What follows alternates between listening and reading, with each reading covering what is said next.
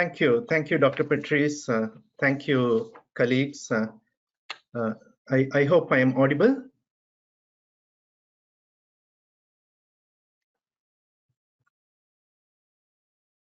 Yes, we are, Dr. Shadrach. We are hearing you. Wonderful. Thank you so much. Thank you. First of all, I would like to thank the organizers, the chairperson, Dr. Ruby Aline, and the CEO for giving the Commonwealth of Learning an opportunity to participate in this August gathering. It's indeed a pleasure to be a part of this important seminar that you have embarked upon. I'm also thankful to Mr. Stephen Bujawan and Mr. Amrika Maharaj for coordinating this so wonderfully. So it's my pleasure to be with you all. Can you also see my screen? Yes, we are. Okay, thank you. I thought I would start with a film, a 1-minute film that you would want to watch, and I'll proceed with it. अंदर कहाँ गए? बच्चे को school में पढ़ाना है। Admission full है। चल भाई साहब, गांव में स्कूल नहीं है तो कैसे पढ़ेगी? मेरे पोती को भर्ती करो। गांव में स्कूल नहीं है तो कैसे पढ़ेगी? अरे वो पढ़े। एक स्कूल में सबको कैसे पढ़ाऊं? Idea.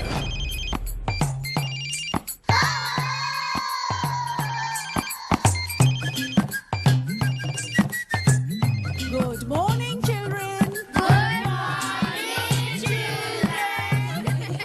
Chup. Good morning, teacher. Bolo. Good. 2 3s are 6. 2 3s are 6. 2 5s are 10. E4. Teacher, elephant. कौन करे बच्चे? Gopi, मुर्गा बन जाओ. Q4, S4. Left, right, left.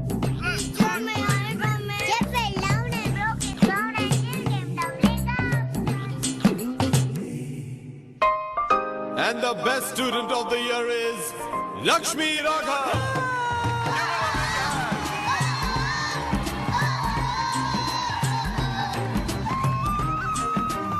Sarchi.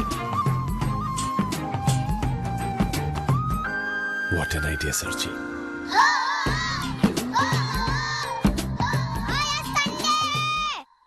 Yeah, this was 10 years ago when we never thought open and distance learning at the school level was possible.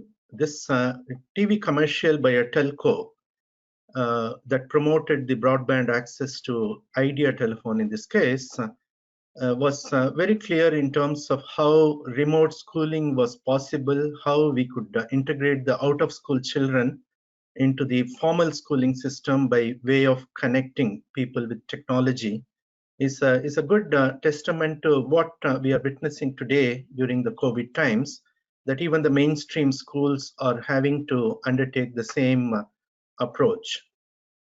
Before proceeding any further, I am obliged to introduce my organization, the Commonwealth of Learning, which I would like Dr. Aline to be recognized perhaps in the next forum as one of the global partners that you have, global allies that you have by your side. We are here to serve you. We are serving 54 Commonwealth nations around the world ever since the heads of governments met in Vancouver in 1987. The only organization that widens access to learning and promoting cooperation between formal education systems in terms of providing distance, technology-enabled and open learning practices. We are committed to the goal number 4 of the Sustainable Development Goals, where we recognize targets 4.3, 4.4, 4.5, 4.6, and 4B, which relate to largely to the technical and vocational education stream, particularly by providing every adult, every secondary school child to adult with quality skills so that they can excel in their lives, so nobody is left behind. As you know, 17 million children in primary age group are not in school, 16 million lower secondary youth are out of school, and the performance is quite stunning in terms of the quality, and particularly at a period when the Commonwealth is a young Commonwealth. A lot of people in the Commonwealth are very young, particularly 60% of the Commonwealth is under 30 of the 2.4 billion people, and the youth employment is very high. Now, if we look at the Caribbean situation, while Caribbean is doing very well at the secondary level, when it comes to the tertiary education, Caribbean is falling behind the global average, as you can see. But interestingly, when it comes to the mobile penetration and the internet access in the Caribbean, it fares much better than the global average. So the connectivity is much better. And in this context, as noted by my earlier speakers, the skills for employability, particularly the soft skills and the leadership skills and the cognitive skills, are quite important for the future of jobs.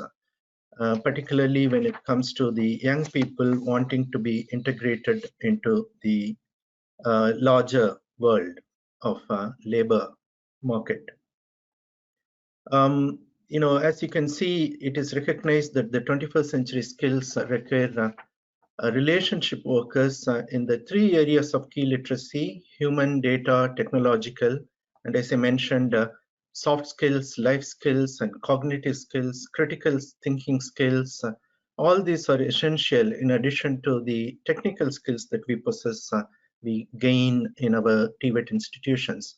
And keeping this in mind, we have partnered with Coursera to provide 50,000 unemployed citizens, which includes also the students, with free access to 4,000 courses and 400 specializations, so that they can become employable. They can be employment ready, if you like, and also entrepreneurship ready. So I want to open this opportunity to the NTA and to the nation of Trinidad and Tobago for you to take advantage of this opportunity that we are offering. St. Lucia, with a population of 170,000 people, have sent 800 learners to learn on Coursera. This is completely free. So if NTA would want to take the leadership and anybody at the national agency would want to take the leadership and send even 2,000 or 10,000 of your young people to accessing this free courses on Coursera, which relate to the 21st century employability skills, you are welcome to do so. You have access to this opportunity until the 31st of December. These are short courses that prepare students and the unemployed citizens to gain access to skills. Now, looking at the conference theme, and rightly so, you have identified to unleash the potential of TVET and transforming the sector itself, the opportunity in the virtual and augmented training, workplace training post-COVID, and also entrepreneurship in TVET. I want to speak to some of those issues today, and we recognize that the current status of TVET globally, the perceptional value is very low. There's a huge market gap between the graduates that come out of our institutions to the labor market. So there is a big desire to transform TVET, and technology has come to our aid, and particularly when it comes to the Caribbean, with the high connectivity, there is a greater possibility of us to embark upon this journey. Now, we have seen in the recent past, this is Watson Lab of the IBM that provides personalized teaching aids through robots using artificial intelligence and the machine learning techniques. And we see that there is a greater possibility today more than before for every person to have a personal tutor with the intelligent support for collaborative learning and group learning. So the teachers become expert facilitators. And this example is from the Open University of Malaysia has come up with use of chatbots to support students in their learning journey. You have interactive and intelligent textbooks programs around the world that are taking off in terms of not only giving the annotation opportunities and the search opportunities, but also there is a kind of a question answer bank in each and every subject the student is pursuing, so that the entire learning journey is much optimized. Now, when will the post-COVID era commence? We do not know if this current COVID crisis is going to immediately cease to happen. It is predicted that the first vaccine is going to be available only in the early part of 2021, and which nations and within the nations which age groups would get the vaccine is unclear. So one should accept the fact that the new normal is going to be going to be the new normal for at least for the next 2 years. But in the next 2 years, we will see a lot of changes in the system. And as Milton Friedman mentioned, only a crisis actually or perceived produces a real change. And when the crisis occurs, the action taken depend on the ideas that are lying around. And there are many ideas, as you know, that are lying around, including what we are discussing today in terms of augmented and virtual reality opportunities in Tibet. In 536 AD, when the first volcanic eruption happened and what they describe as the dark world, the temperature became very cold, coldest in fact in the last 2000 years. 100 million people died, resulting in the end of the Roman Empire and a famine all the way from Ireland to China. We also witnessed in 1349 what they call the Black Death, when half of England population was wiped off. When the pandemic resumed in 1361, another 20% died off, ending in England and France century-long war. In 1981, many of us are aware of the so-called Spanish flu, although it never started from Spain, resulted in 50 million deaths, 1/3 of the same in India. And we need to now look at what COVID is going to do. But as the earlier speakers mentioned, it's an opportunity to commence a new way of living, working, traveling, extending our responsibility to one another, but also introduce virtual education, as they say. And it's a kind of a make or break moment for us. We can pick up from where COVID leaves and thinking as though nothing has happened, but we can also transform our societies exactly the way that all the other pandemics enabled us to do, including the World War, which I didn't mention.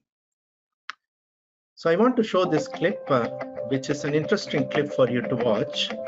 This is 10 days ago in a rural Kerala in India. Appears next to a teacher. 1, 2, 3. Moorkanadu AEMAUP school is experimenting with augmented reality during their virtual classes. This is the LKG class of the school. It's not just elephants. In class 6, a Hindi teacher stands next to a cow as she explains what a guide is.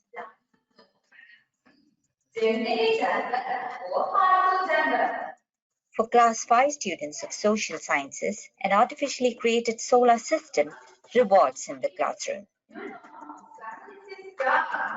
Shyam, a teacher at the school, is behind this new development. Speaker P. Shivaramakrishnan and film director Lal Jose have appreciated the school for its efforts. Augmented reality system ഉപയോഗിച്ചിട്ടുള്ള ക്ലാസ്സുകൾ വളരെ ഗംഭീരമായിരുന്നു.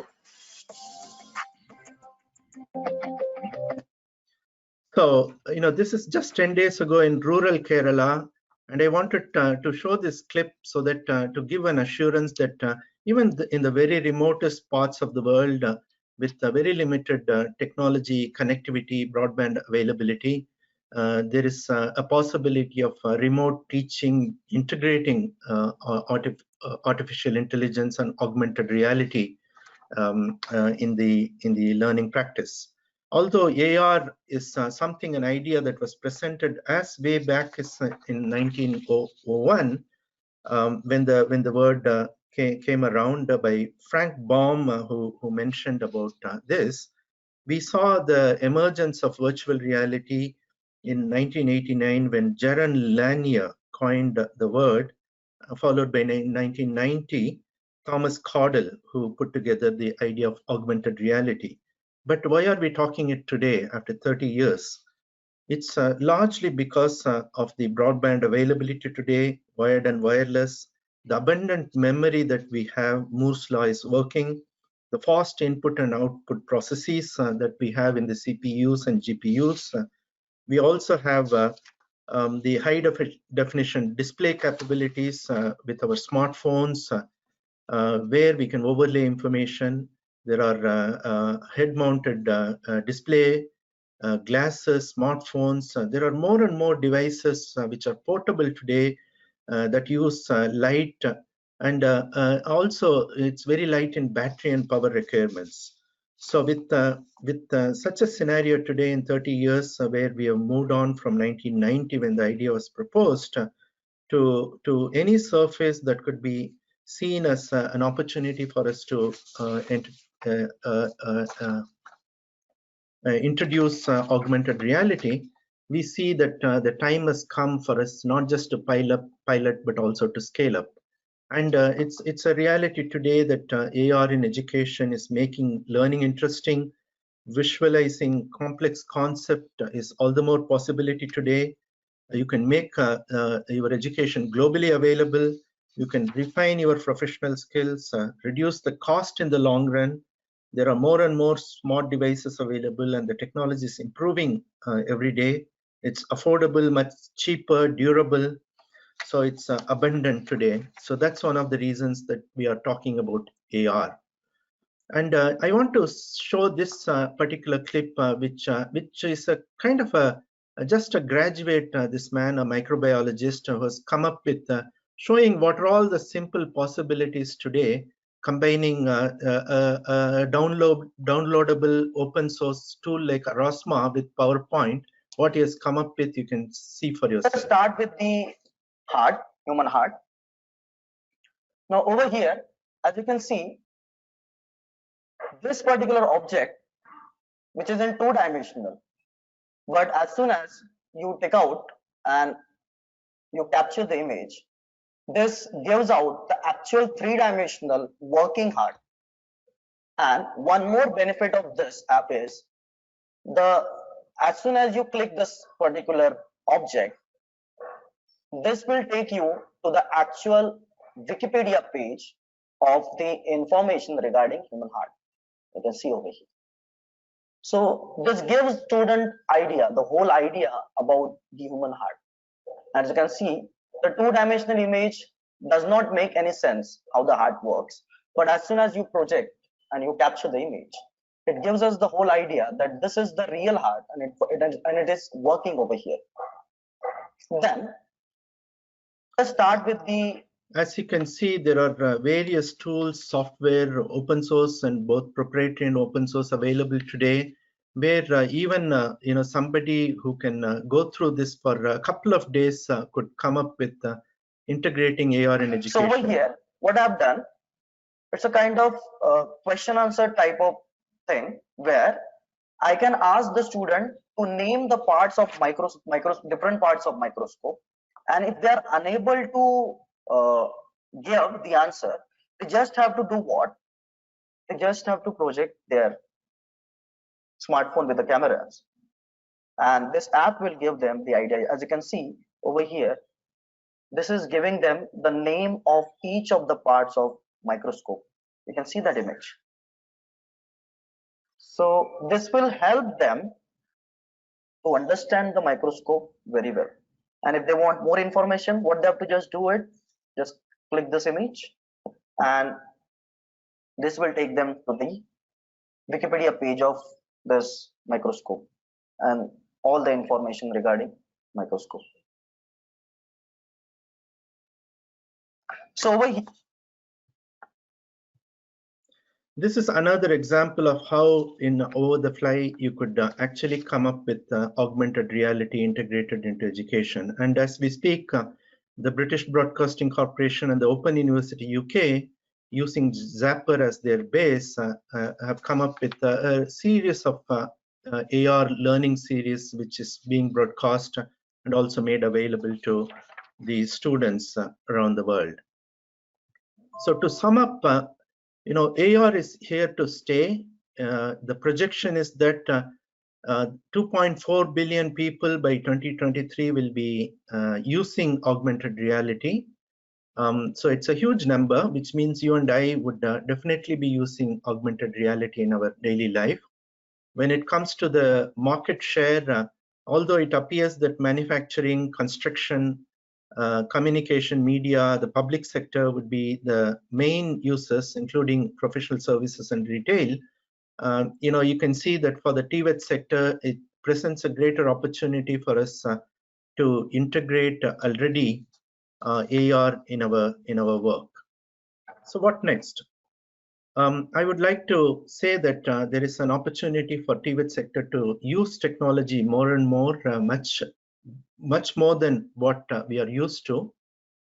We need to actually look at ways and means to introduce digital technology resources and manpower in our training institutions, particularly those who could emulate what is currently seen as AR revolution in education, also in the TVET sector. So there is a need for us to focus more in AR in TVET. And we can also introduce a vocational stream, which is technology-enabled education, whereby we can bring in the faculty and the students who could work solely in integrating technology in education as a field of their choice, a vocational stream of their profession for the future. We need to definitely come up with a partnership with the industry, the IT industry in particular, but also largely with the workspace industry, the labor market industry, particularly manufacturing, construction, and so on, which is something that we recognize much more than before in recent times. We also need to come up with a consortium approach. For instance, in the Caribbean, if we identify different agencies similar to NTA and come together to form a consortium whereby we can focus, each of the consortium members can focus on one theme within TVET sector, and to build AR libraries, to come up with AR related expertise within our institution, so that we can develop our own curriculum and content and share with the 10 others if we have a consortium, say, of 11 members. So you produce one, but in turn you get 10. So 11 content pieces are available to you. So this is the way to save cost. So to end my talk, I would like to say that only a crisis actually or perceived produces real change. But the crisis, when the crisis occurs, the action taken depend on the ideas that are lying around. And there are quite a few ideas, including the idea of using augmented reality and virtual reality in TVET. So the time would only tell us as to what we have achieved. Thank you so much.